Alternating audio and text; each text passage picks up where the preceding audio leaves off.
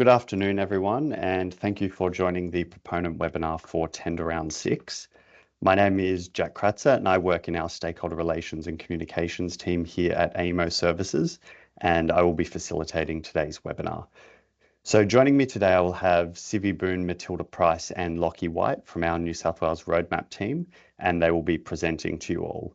And at the conclusion of the presentation, Civi, Matilda, and Lockie will be able to answer all your questions in our Q&A session. So before we begin, I would like to acknowledge the traditional custodians on whose land we are all on today. I pay my respects to elders past and present and extend my respects to any First Nations people here with us today. I'm speaking to you from the lands of the Wurundjeri people of the Kulin Nation. So before we get into things, just some brief housekeeping. Your microphone should be automatically muted and your camera off. We will be using Slido for the Q&A today, so if you have a question, you can submit it through Slido, which you'll be able to access through the QR code on the screen, and that QR code should be on every screen we go through. So as mentioned, there will be some dedicated time at the end of the webinar for us to provide answers to some of the questions we receive. We will publish written responses to all of the questions received today on our website. So if we do not get through all the questions asked, we will also include responses to these as part of that on our website. So there may be a delay in between you typing your questions and it appearing in the question box.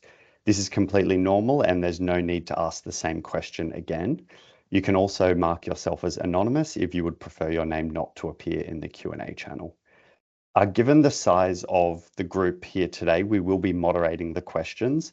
Because we have so many people in the call today, we'll try to group them together in the back end if the same question is asked a few times.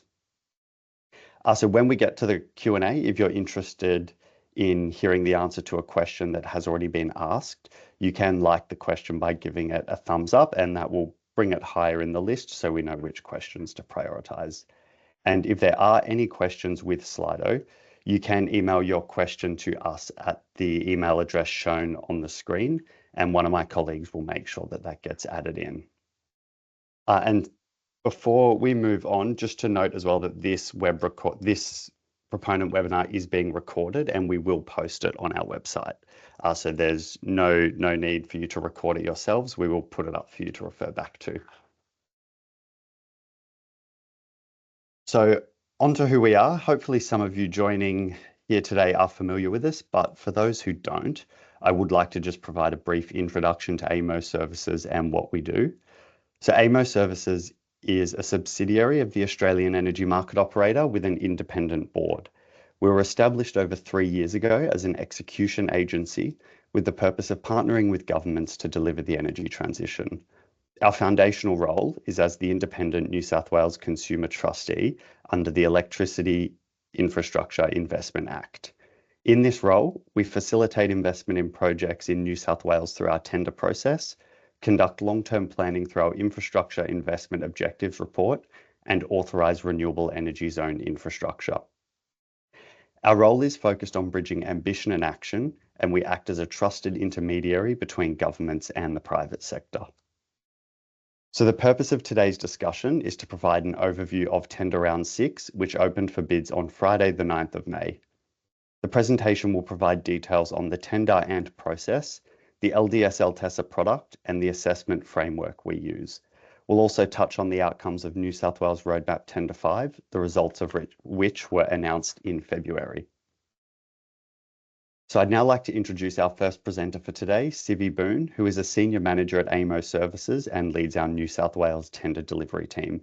She'll begin by introducing Tender Round 6 before we discuss in more detail the LDS LTESA product on offer. Over to you, Civi. Thank you very much, Jack, and good afternoon, everyone. So I'm going to talk to you today about Tender Round 6.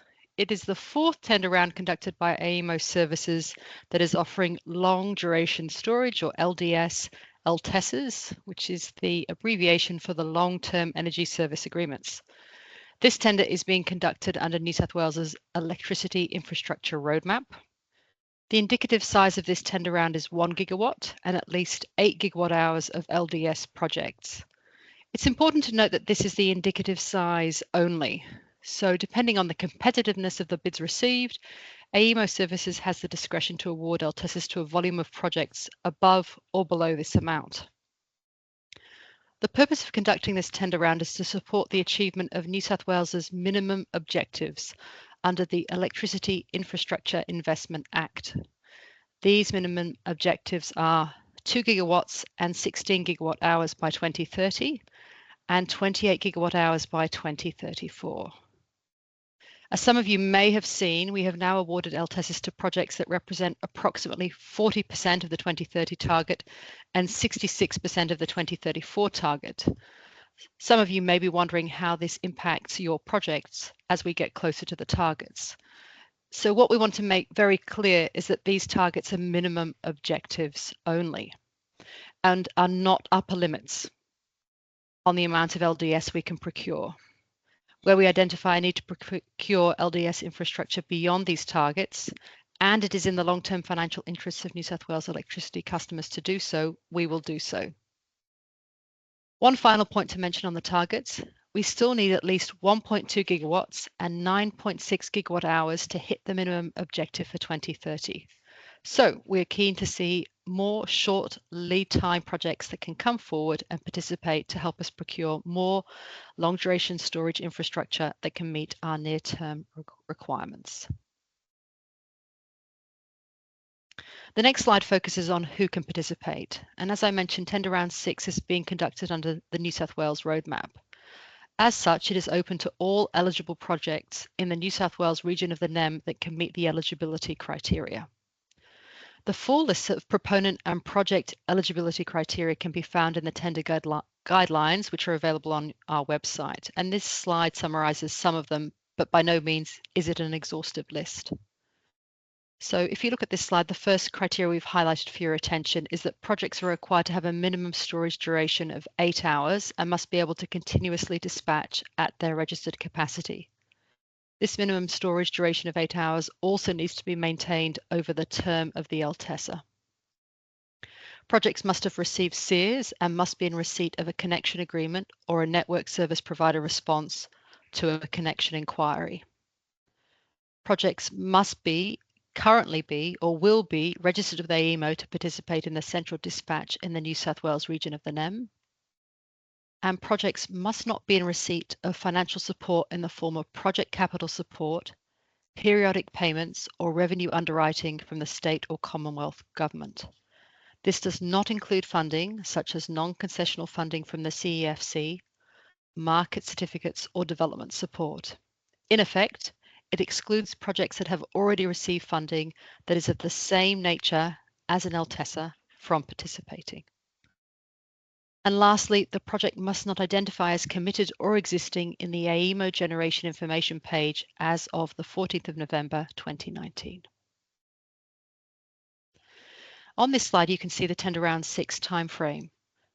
So as many of you know, Tender Round 6 opened on the 9th of May and will run until approximately December this year. Stage A is now open, with proponents invited to register and submit their bids. Registration is the first step for submitting a bid and must be completed to access the bid form as well as the Q&A form.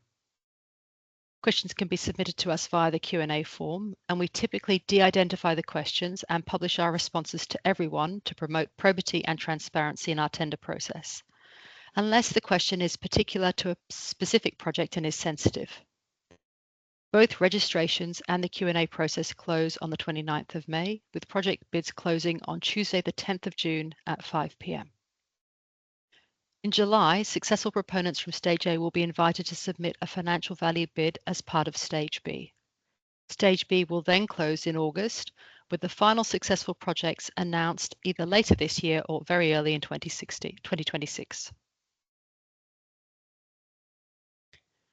I'll now hand over to Lachlan White, who's a principal advisor in our commercial team, to provide more details about the LDS LTESA. Thank you, Sivi.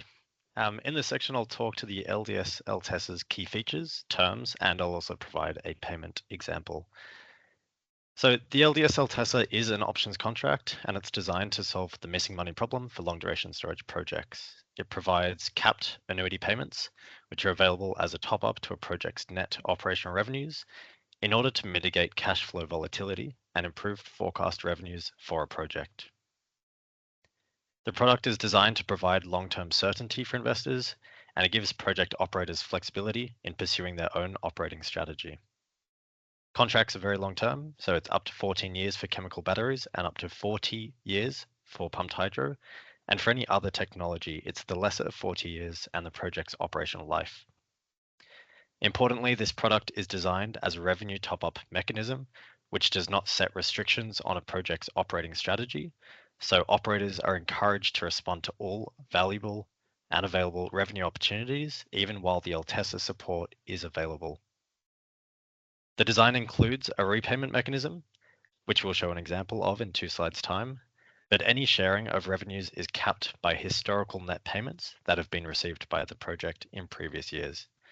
This ensures that the project is always better off having an LTESA. The LTESA is designed to encourage projects to bid the financial support required to achieve a final investment decision, while the tender process is designed to find which bids provide highest value and minimize cost to New South Wales electricity customers. On the previous slide, I discussed the different contract terms available, so now I'll talk to some other relevant payment terms, which will also be used in the next slide on the payment example.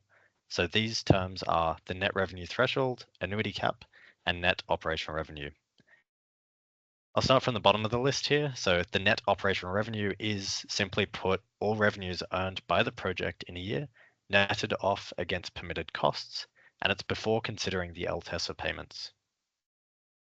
The annuity cap is the maximum annual LTESA payment per year that may be paid to the project, and the net revenue threshold is an amount above which additional provisions, including the repayment mechanism, apply. So now we'll go through the example scenarios, and I'll talk through 3 different example years to demonstrate how the LTESA works. So in example year 1, net operational revenues for the project are below the net revenue threshold, and the full annuity cap is paid in order for the sum of revenues to meet the net revenue threshold. In example year 2, the project earns higher revenues than from example year 1, and the annuity cap is only partially paid to bridge the gap to the net revenue threshold. Now into example year 3, the project's net operational revenues are higher still and they exceed the net revenue threshold, and none of the annuity cap is required to be paid, so LTESA payment is 0. Depending on the amount of historical support received by the project may have to make LTESA repayments of some amount which is capped by the historical net payments.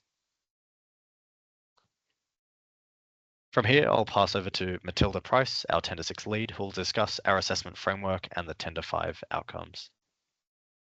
Thank you, Lockie. So I'll start by giving an overview of the 3 key stages that make up our Tender Round 6 process. We're currently in Stage A, where proponents can register and submit a project bid. When the project bids are received, they undergo an eligibility assessment and merit criteria assessment, and then a short list of project bids will be selected to proceed to Stage B, which is where financial value bids are submitted and assessed.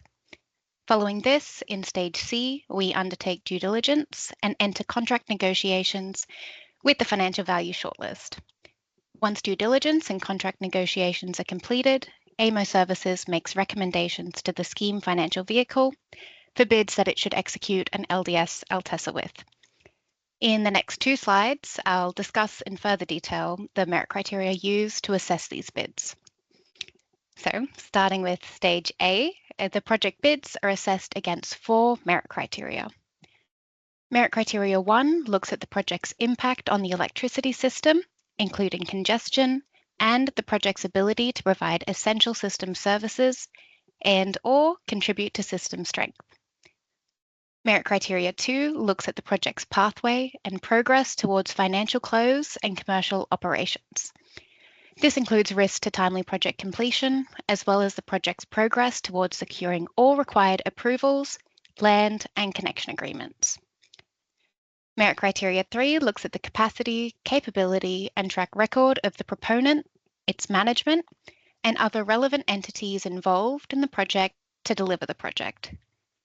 Finally, merit criteria 4 looks at the quality of the proponent's approach to engaging the local community and First Nations groups, including evidence of engagement undertaken to date, the proponent's understanding of any impacts on the community, and the tailored approach to minimize and offset any of those impacts.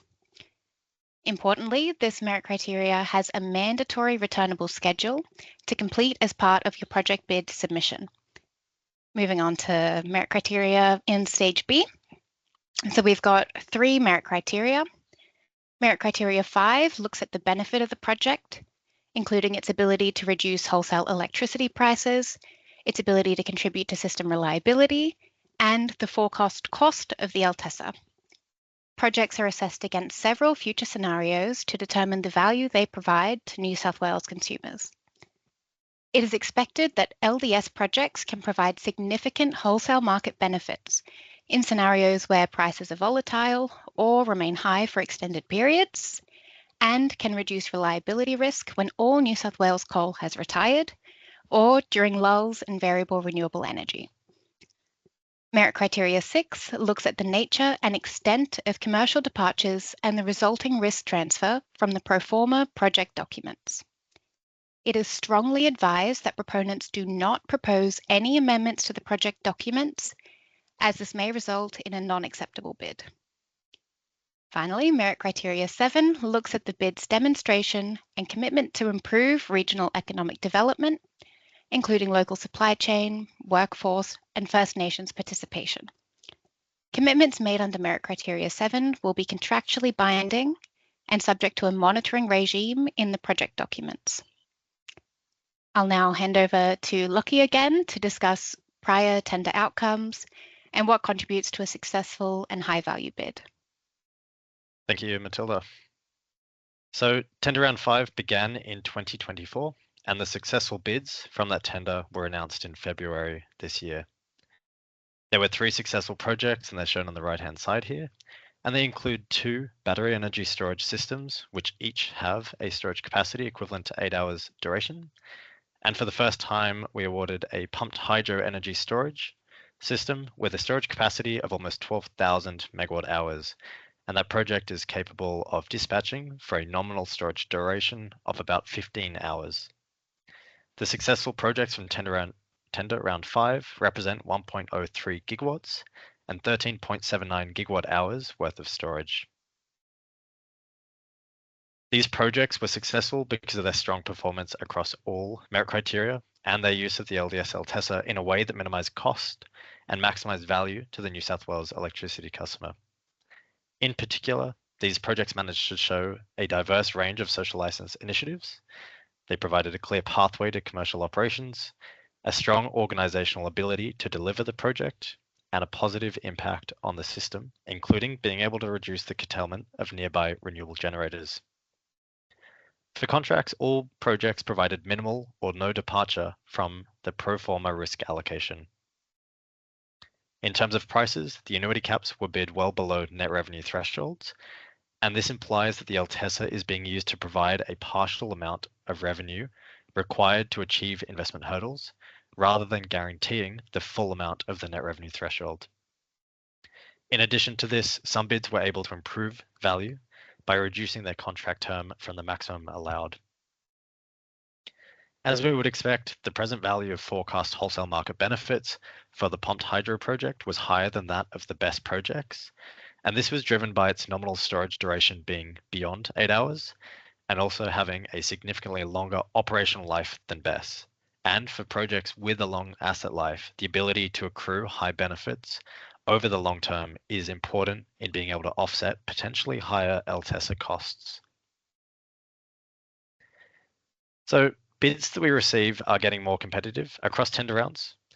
However, we want to make clear that the tender is not for lowest cost, it's about value for money.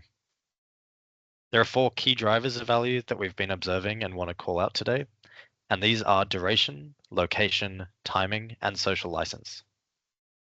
On duration, the longer a project storage duration, the higher its benefits can be to the market. And we assess projects against a range of scenarios that can reward longer duration to understand their true value to consumers. This could include modeling where thermal plants have longer or more unplanned outages, and projects with longer durations can respond to high price and high volatility. On location, being able to get power to New South Wales load centres is key to providing high value to the energy market. Also, projects which lower reliability risks, including in modelling when New South Wales coal power exits across the next 10 years, or projects that have the potential to reduce the need for new transmission infrastructure, should be ones that are able to show high value to both the system and to consumers. So now timing. While there is an ongoing need for more storage in the system, we do need storage now. So the sooner that a project can be operational, the sooner its benefits will begin to accrue to both system and consumers. And finally, social license is a key driver of our assessed value. Projects are assessed favorably if they can positively impact their local communities and provide value to society. Now for my final slide, at the end of each tender, ASL communicates indicative bid prices that are calculated from successful bids to give future proponents a rough guide of prices from bids that were considered competitive in previous tender rounds. As a reminder, the LDS LTESA has two key bid variables. That's the annuity cap and net revenue threshold, with annuity cap being the more important LTESA bid variable for assessment, as it sets the maximum annual payment from the SFV, Scheme Financial Vehicle, to the project for each year. The average equivalent annuity cap is a representative value calculated from the annuity cap that was bid by a project, but it is adjusted to be on all default terms. That is, it represents the equivalent annuity cap as a single value, subject to default escalation, and over the maximum allowable contract term for a given LTESA. So for example, for a best bid with a 14-year contract term, with a single annuity cap that is subject to default escalation, that is all on default terms, the equivalent annuity cap would be equal to its annuity cap as bid and as you would see in the LTESA, so no adjustment. From this, reducing the contract term in an otherwise equivalent bid would result in that new bid having a lower equivalent annuity cap, as the present value of annuity caps used in the calculation is spread across fewer periods. Importantly, this value is representative of the bid price cost outcome. The table on the right shows the average equivalent annuity caps weighted by megawatt hour across all successful projects from the past LDS LTESA tenders. This is shown per megawatt and per megawatt hour, and it is categorized on maximum potential contract term. And we see that projects with a longer contract term were able to bid a lower equivalent annuity cap. While this is an average across all previous tenders, we note a trend of bids becoming increasingly competitive across tender rounds. With that, I'll now pass back to Matilda to close the presentation. Thank you, Lockie. We hope you enjoyed the presentation today. Looking ahead, we are committed to ongoing engagement and improving the proponent experience for those that participate in our tenders. As mentioned earlier, a recording of this webinar will be made available on the AEMO Services website. A reminder that the Stage A Q&A process is now open. This should be your first point of call for tender-related questions. The Q&A portal can be accessed upon registering for the tender. Finally, all relevant documents for Tender Round 6, including the tender guidelines and the tender rules, can be found on the AEMO Services website. I'll now pass to Jack to begin our Q&A. Thanks, Matilda. So that brings us to the end of the presentation part of the webinar, as Matilda just outlined, and we'll now move on to answering some of your questions. So as I mentioned earlier, we'll be taking the questions through Slido. You can either join using scanning the QR code on the screen or going to slido.com and entering the number on the screen in front of you. I can see quite a few questions going live. The teams are grouping a few of those similar ones in the background as well, as mentioned. And also, if you are having any issues with accessing it, as I mentioned, you can email your question to stakeholderengagement@aemoservices.com.au, and one of my colleagues will be able to put the question in for you. Okay, so let's get started. So I think the first question, which we can see at the top of the screen, that is best for you, Matilda. Is there a COD cutoff date for this tender? Yes, thank you, Jack. So essentially, no, there is no cutoff for the commercial operations date. However, earlier CODs are considered more favorably under merit criteria 2. So maybe if I just give a little bit more detail. So as I said earlier, merit criteria 2, it's looking at the proponent's feasibility and progress towards reaching the milestone dates, including COD. And so what we're looking for, among other things, is the ability of the project to meet the targets identified in the IIO report or in our legislated targets. And so we've outlined in the tender guidelines that we do expect the 2025 IIO report to include reference to the new minimum objective. So that was enacted in October 2024 for the construction of 28 gigawatt hours of LDS by 2034. So that's including an additional 12 gigawatt hours on top of the 16 gigawatt hours and 2 gigawatts due by 2030. And so really in merit criteria 2, we're assessing the projects based on their progress to meet their own COD, as well as those IIO report targets, but there is no strong COD cutoff date. Thank you, Matilda.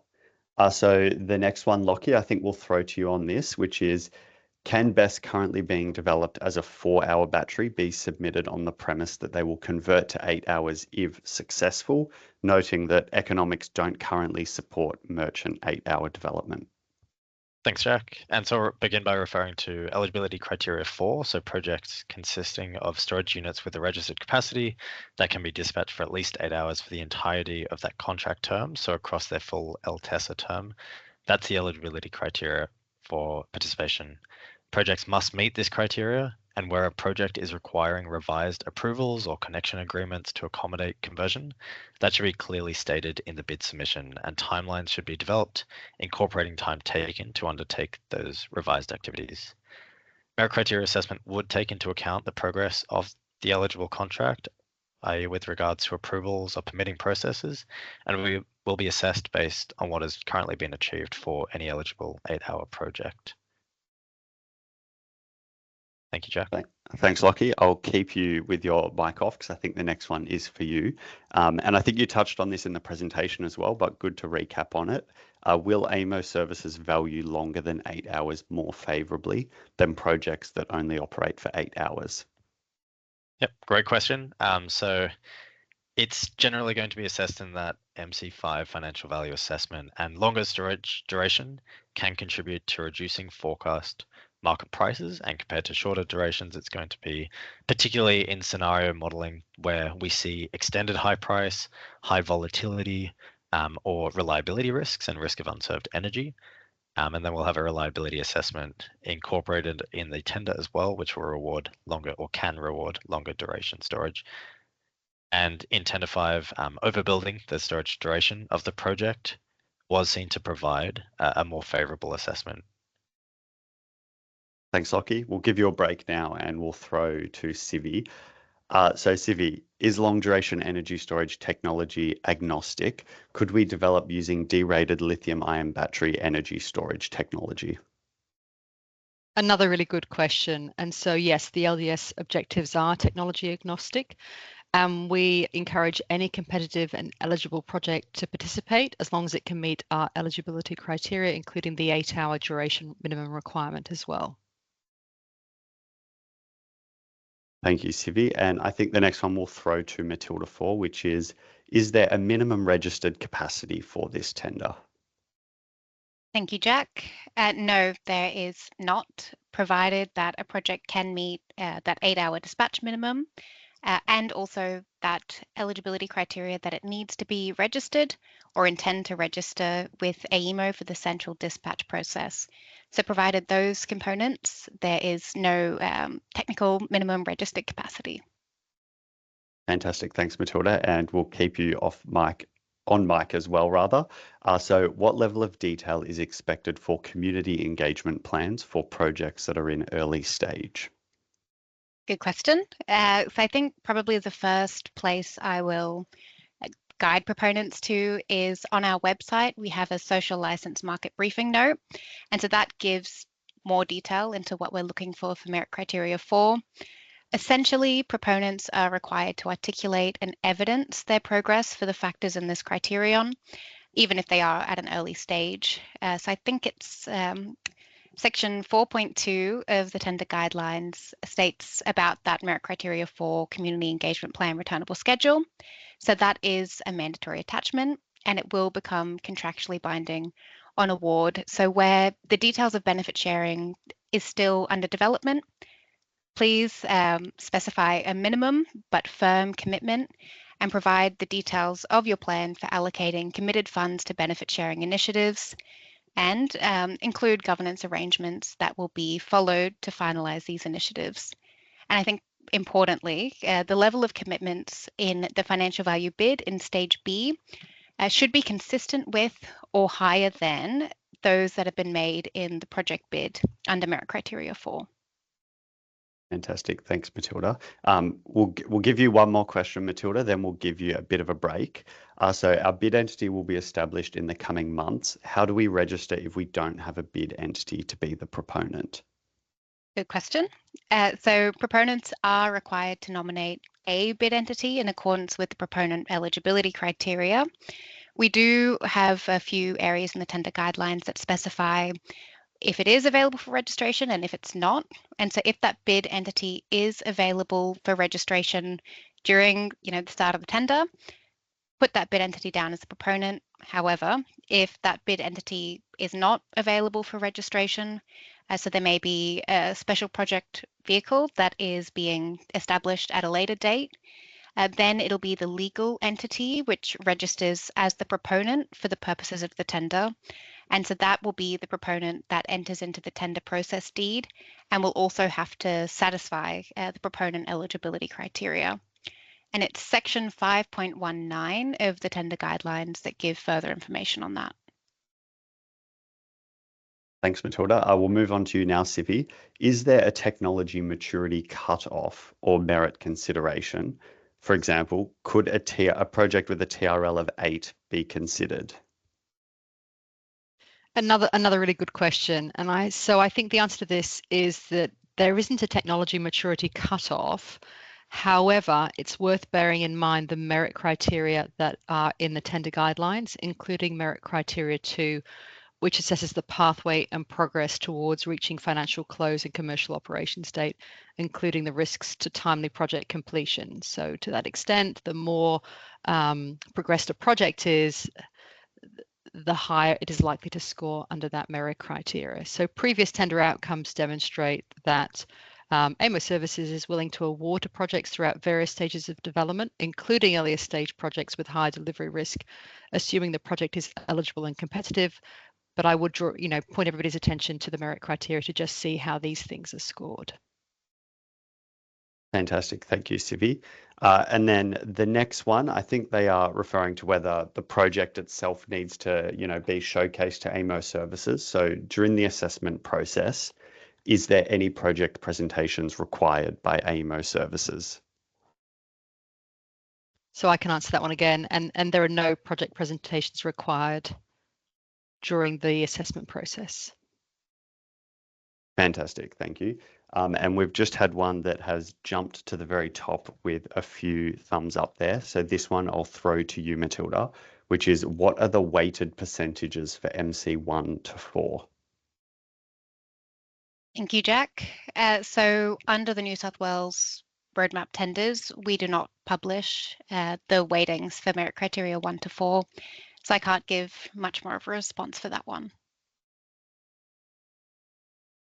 Thank you, Matilda. So the next one will go to Sivi, which is it possible for us to propose a project considering that we are based outside of Australia and currently only have a small official presence in the country?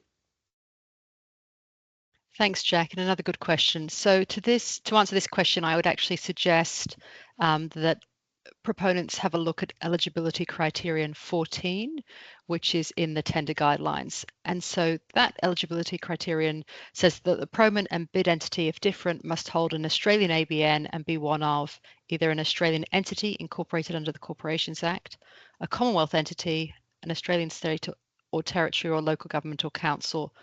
And the proponent may have an overseas ultimate holding company, but they would actually need to meet the specific requirements in eligibility criterion 40. Thanks, Sivi. So we'll throw over to Lockie now, which is, can a project bid with a portion of its capacity? So, for example, a 300 megawatt battery that submits its bid as a 100 megawatt, 800 megawatt hour project, while the remainder capacity would operate as a separate DUID.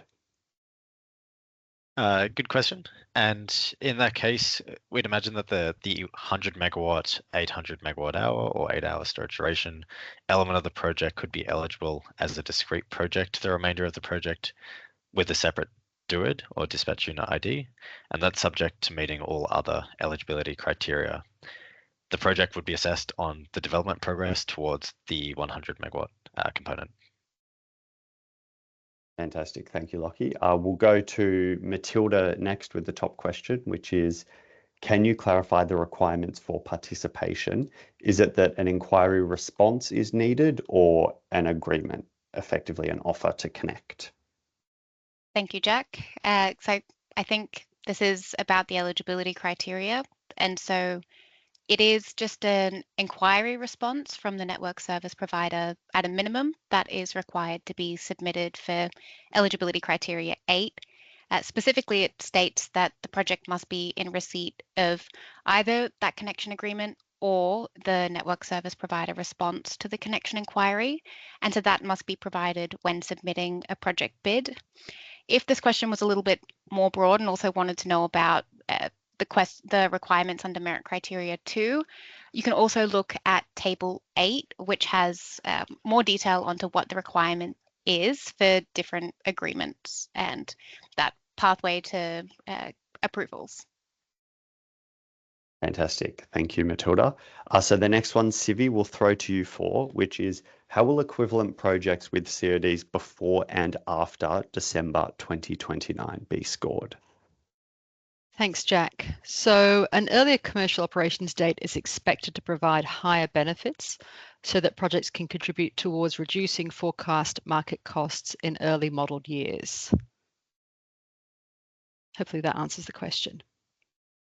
Fantastic. And the next one, Lockie, we will move to you with, which is, how does AEMO Services evaluate the effect of the project on wholesale electricity costs in the financial value assessment?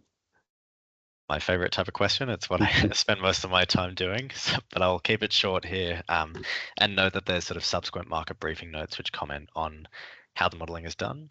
One important thing to note is that it's not expected that project operators or proponents actually undertake wholesale market benefits and submit that.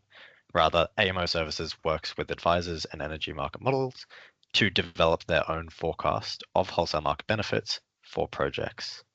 So in MC5, the financial value assessment, that market benefits is based on the ability of a project to suppress wholesale market prices against a no project counterfactual scenario. And what that means is that we develop our series of energy market scenarios that exclude all projects in the tender being assessed.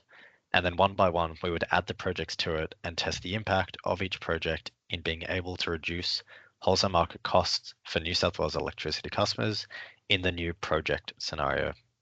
So we test that across several scenarios. We develop scenario weighted outcomes and metrics and develop scoring metrics from there. Thanks, Lockie. We'll keep you answering questions because I think the next few in the lineup look pretty relevant to your area of expertise. So the first is, how is a project's ability to reduce curtailment of neighbouring generators assessed? Thank you. So any studies that are undertaken by a proponent to assess the project's ability to reduce curtailment could be submitted in response to merit criteria 1, the impact on electricity system. Further to that, curtailment is something that is considered in the financial value assessment in stage B, and energy market modelling that is undertaken will account for project specifications and location. And it can benefit projects where they're reducing the curtailment of other generators, and projects can soak up that additional supply and later dispatch it at times of greater need and higher price to provide higher benefits. Fantastic, thank you. One that did just jump up and has caught my attention on the screen that I might jump ahead to, which you can answer, Civi, and it might be a good point to highlight the Q&A process we have and how that works, which was, can you provide the email address to contact for further information? Thanks, Jack, and that's a really good point. So we'd encourage all interested proponents to register, and then once you're registered, you can actually contact ASL through the official tender Q&A process, and the guidance around that is included in the tender guidelines. So we have a very robust process where we try to give answers to the Q&As to as many proponents as we can, so that we adhere to tender probity and transparency requirements, but we do de-identify questions where needed. So that's what we'd encourage you to do. Thanks, Jack. Fantastic. Thanks, Civi. And so we'll stay with you for the next one if you're happy answering that. Otherwise, we can, and then maybe Lockie might chime in on the financial value section afterwards. But that is, sorry, it's just dropped a second now, but for FES projects with limited geotechnical information, how is the risk and price uncertainty treated? For example, the CapEx increase due to unknown ground conditions. Again, that's a really good question. So when proponents are invited to submit a stage B bid, they have to propose bid variables incorporating the risk and uncertainty related to CapEx and ground conditions. Hopefully that answers the question. Yes, thank you, Civi. So Matilda, the next one is for you, quite an interesting one, which is, do you expect about half of the projects to be built? Thank you, Jack. I think I probably won't give much information on this. What I will say is, we've got our project development agreements for the development of the project, and then the LTESA for the operation. So that might be all that I'll say on that one. Fantastic. Thanks, Matilda. So next one, Lockie, we will jump back to you. Sorry, everyone's very interested in your area of expertise today, which is, what is the definition of a chemical battery? Can a battery technology with an expected life greater than 14 years apply for a longer term for the LTESA up to 40 years? Yeah, good question. So a battery with a technology, or other technologies that are not batteries with expected lives that exceed 14 years, they should note that they are committing to a certain term in the contract. So that's subject to their decision around how they set the bid variable that is contract term. So you could extend that up to 20 years, or 25, and so on, where you are comfortable committing to having a project operational for at least that long and meeting 8 hours over that full contract term. So that's sort of accounting for any degradation of the project as well. What we expect to see in the merit criteria 5 financial value submission is operational guarantees that can sort of attest to a certain operational life exceeding the contract term, so be it that 14 years for a project. And so that's sort of supporting evidence given to us to substantiate a bid. Thank you, Lockie. And we might stick with you for the next one as well, which is, I'm interested to know if a hybrid wind and battery, in this instance, project can be considered COD for the BESS and LTESA prior to the wind farm being completed. So I think what they're asking about is a hybrid project, battery, wind farm. If the battery hits COD before the wind farm, would that hit COD? Would that satisfy the COD requirement under the PDA? So hybrid projects, and I think the best place to look to is probably both the PDA and the tender guidelines, but we define hybrid projects as co-located LDS generation assets and in which both assets share common connection points. So just to sort of put the definition forward there, and to be assessed as hybrid as part of MC5, we expect that a proponent commits to delivering both components of the project under the PDA. So COD would therefore be valid and sort of across both components of the project. Fantastic. Thank you, Lockie. So Sivi, we'll move to you next with this top question on SEERS, which is, if SEERS is due to be received in a couple of weeks after the deadline for submission, will there be some discretion applied? Thanks, Jack, and another good question. I think that relates to the eligibility criterion 7, which says that the project must have received SEERS.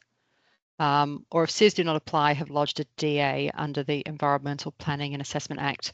So we apply the eligibility criteria strictly, and those apply at the time of lodging the bid. Fantastic. Thank you, Sivi. So Matilda, we'll go to you next, which is, if there are questions during the tender process, will AEMO ask the project, or is it expected that the response is the only way to provide information? So maybe if you could, similar to Sivi, just step through how that works through the different stages of the process. Sure. So yes, there are questions that we can ask during the process. So when you've submitted your Stage A project bid submission, if we have requests for further information, we will come to you and ask that via the proper online portal. If that is, missing information or something that's not in the project bid assessment that should have been, we won't likely ask for that because it needs to be full comprehensive information, and we want to ensure that we are being fair to all proponents. And so generally clarifications are more broad and across multiple proponents for questions that are asked. And so you should make sure that you're putting in, all the information that you've got and comprehensive information within the project bid submission in Stage A and Stage B. We will, come to you for probably a number of questions when we get to the due diligence process. So there's quite a few questions that will be asked more specifically of proponents then, which is in Stage C. But I think probably my best advice is try to complete the project bid application with all the information that you've got. But if there is, a burning question that we have, we will reach out to proponents. Fantastic. Thank you, Matilda. So we'll stick with you for the next one, which is the second in the list, which is, how do you decide contract length for technologies not listed in the tender guidelines? Good question. So the guidelines does have, the maximum contract term for our chemical batteries of 40 years for pumped hydro. And then for any other long duration storage technology, I believe the maximum contract term is up to the lesser of 40 years or the technology's asset life. So in the case of a novel technology, it's up to the proponent to nominate that asset life, which you have to back up with evidence such as an operational guarantee, warranties, or a degradation profile. And similar to the last question, due diligence may be undertaken with verification questions asked to verify any claims specifically about, the asset life of a novel technology. And I might just reiterate one more time the importance that the project must be able to dispatch at its registered capacity for those 8 hours continuously for all years in the contract term. Fantastic. Thank you, Matilda. So Lockie, I think we'll throw back to you next on this one here. How do you assess the relative benefit of a 200 megawatt 8-hour system versus a 100 megawatt 16-hour system, given that the former can achieve the latter? Very good question. It goes back to the modeling concepts, which are complex for sure, and the energy market modeling that's undertaken, but I'll try to give it a go here. So benefits are a modeled outcome in merit criteria 5, that financial value assessment. Projects are modeled in a way that best reflects their project characteristics and configuration. So we would model to the 200 megawatt 8-hour spec and to the 100 megawatt 16-hour spec separately, so for each project being assessed. They're modeled to respond to price signals, and therefore on some days you can imagine that the operation of an 8-hour storage unit could be very similar or even the same as that of the 16-hour unit. There could be overlap subject to the prices in the model periods. However, across a full year, for example, we would expect to see differences in operation, and that's going to come through in differences in wholesale market benefits for a project. And wholesale market benefits isn't all for the financial value assessment. There's also that reliability assessment. Again, that would take into account and model for the relative benefits of a larger but 8-hour storage unit versus a smaller capacity but longer storage duration unit as well. Thank you, Jack. Fantastic. Thank you, Lockie.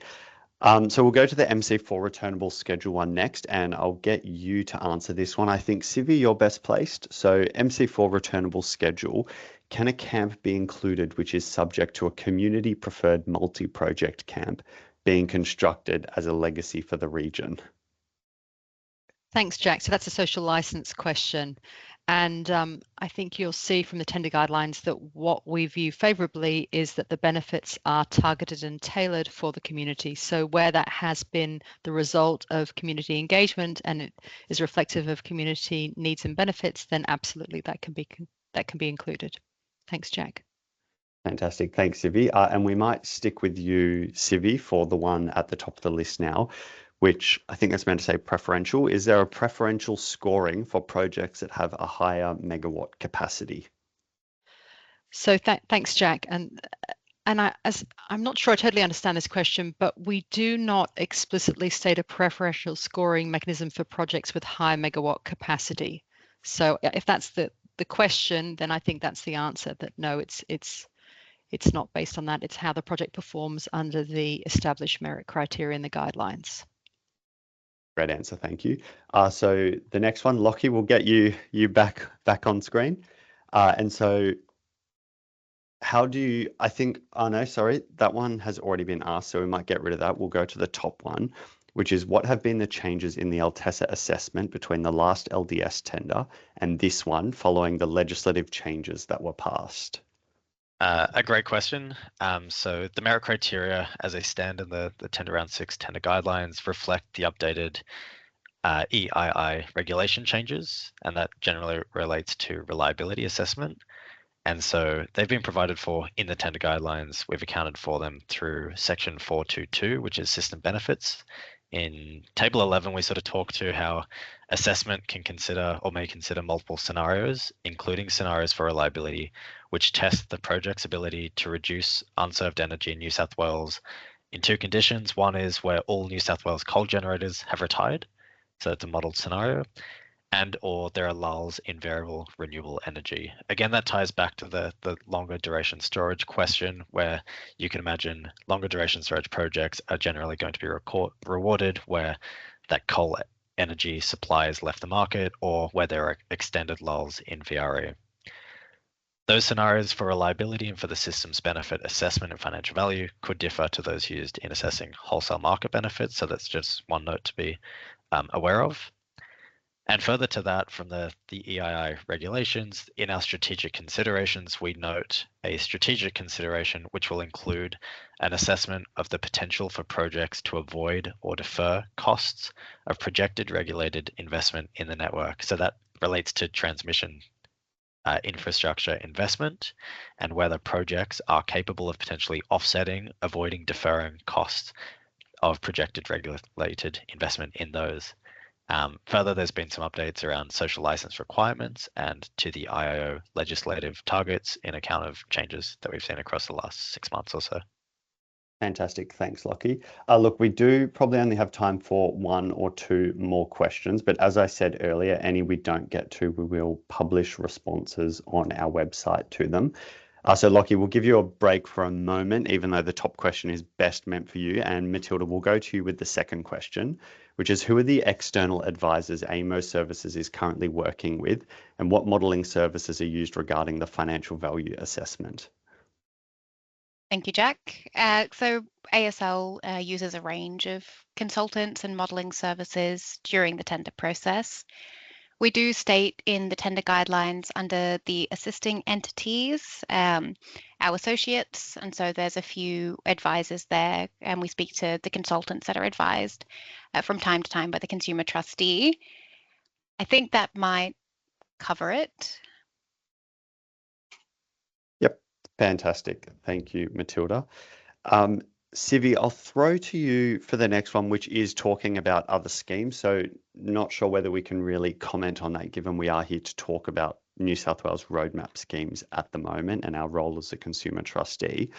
But is there anything to suggest that there will be future long duration energy storage tenders in other jurisdictions, example under the CIS instead of the New South Wales roadmap? Thanks, Jack. And I think you're absolutely right. We can't actually comment on what other states and territories are doing, and we're here in our capacity, acting as the New South Wales Consumer Trustee, to run this tender round. But certainly keep abreast of the developments on our website, and should there be any future tender rounds for LDS in other jurisdictions, certainly we'd let you know. Thank you, Sivi. So I think we might go to one final question, and we'll go to you, Lockie. So this is about for all years. So does that mean BESS projects need to oversize their megawatt to allow for degradation over time? And I think what that was getting to was how we said you must be able to meet that 8-hour dispatch requirement over all years of having the LTESA. Yeah, great question, and good to clarify as well. So generally, you might expect that it's the megawatt hours degrading. You'd expect that, generally speaking, a BESS unit would plan to oversize in initial years or plan for an augmentation plan that ensures across a full contract term, for example, 14 years, the project remains able to dispatch continuously for 8 hours at its registered capacity. So important to take into account a degradation curve when putting forward a bid in an LTESA contract term. You must meet 8 hours over the full contract term, and you could definitely be oversizing a BESS unit to account for that. And the last thing is probably to just, again, reiterate it's 8 hours at your registered capacity. Fantastic. Thank you, Lockie. Look, we've only got about a minute and a half left, so I think we might end the Q&A there. So thank you to everyone for joining today. As I mentioned earlier, we will be taking all of the questions that you've asked, including those that we weren't able to get through, and we'll publish responses to them as part of our tender Q&A process. And these will be published on our website, and we'll distribute notice when we do this, so you can go back and refer to that if we didn't get to your question. And finally, as a reminder, project bids are now open for Tender 6, and they will close on the 10th of June. So once again, thank you to everyone for joining today. The team here greatly appreciates it, and we look forward to receiving your bid. Thanks, everyone.